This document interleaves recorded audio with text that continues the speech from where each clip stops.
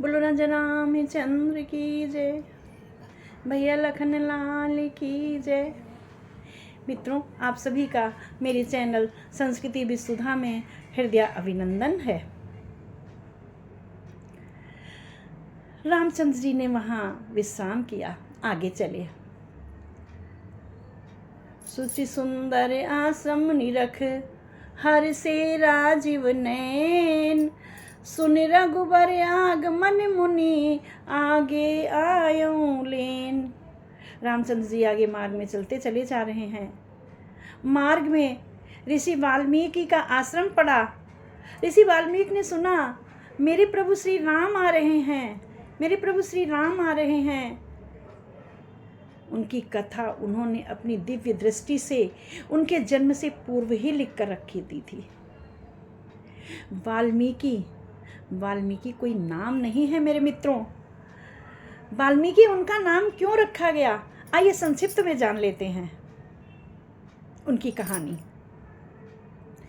वाल्मीकि एक अत्यंत निर्धन परिवार से और भील परिवार से थे, छोटी जाति जिसे आज कहा जाता है।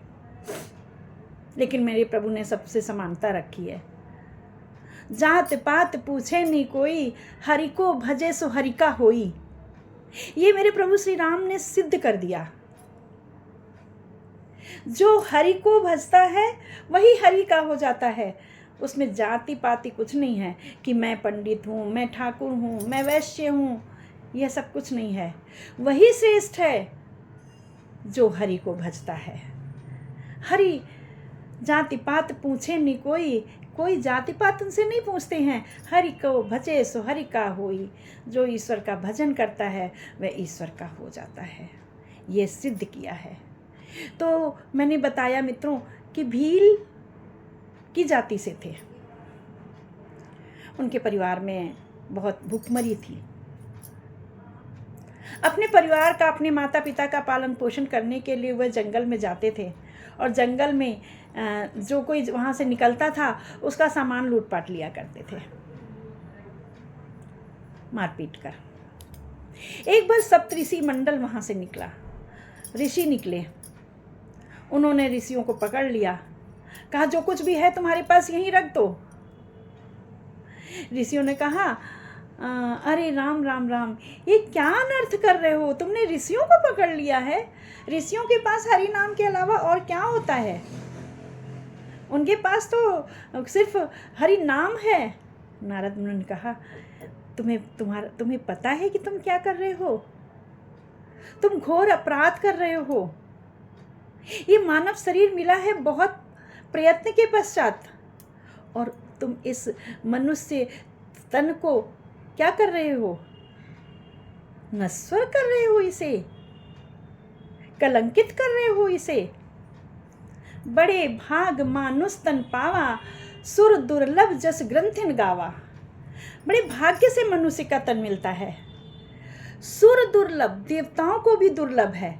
जस ग्रंथिन गावा, ऐसा ग्रंथों ने बताया है, ऐसा ग्रंथों ने गाया है। और तुम ये क्या कर रहे हो, राम नाम का स्मरण करो। वाल्मीकि कहने लगे, राम नाम का स्मरण, इससे क्या मिलेगा मुझे। उन्होंने कहा, इससे तुम्हें ईश्वर प्राप्ति होगी। तो क्या होगा ईश्वर प्राप्ति से, क्या मेरे परिवार के लोगों का पालन पोषण होगा, क्या मेरे परिवार के लोगों की उदर पूर्ति होगी, लालन पालन होगा। मैं बहुत बड़ा कार्य कर रहा हूँ, अपने माता पिता की सेवा कर रहा हूँ, अपने माता पिता की आज्ञा का पालन कर रहा हूँ, उनका भरण पोषण कर रहा हूँ, मुझसे श्रेष्ठ कौन है। नारद मुनि ये सुन करके मुस्कुराने लगे। उन्होंने कहा, तुम परिवार के लिए कर रहे हो ना, जाओ अपने माता पिता से, अपने भाई बहनों से पूछ कर आओ कि तो तुम जो ये जघन्य अपराध कर रहे हो, क्या वह उसके भागीदार बनेंगे। उसमें जो तुम्हें पाप मिलेगा, उस पाप में वह अपनी सहभागिता रखेंगे। वाल्मीकि जी हंसने लगे। वाह नारद जी, आप बहुत चतुर हैं। मैं यहाँ से जाऊँ और आप लोग भाग जाओ। उन्होंने कहा, नहीं, बस ऐसा नहीं है। तुम मुझे यहाँ बांध दो हम लोगों को, और यहाँ से हम भाग नहीं पाएंगे, तब जाकर पूछ कर आओ। वाल्मीकि ने उनको बांध दिया।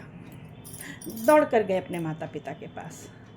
बोले, मैं जो ये लूट पाट करके, लोगों को मार पीट करके जो ये सामान लेकर आता हूँ और आप लोगों की आजीविका चलाता हूँ, क्या उस पाप में सहभागी बनेंगे? माता पिता ने कहा, क्यों? कमाने का ये कोई साधन तो नहीं है, आप कुछ और कर सकते हो।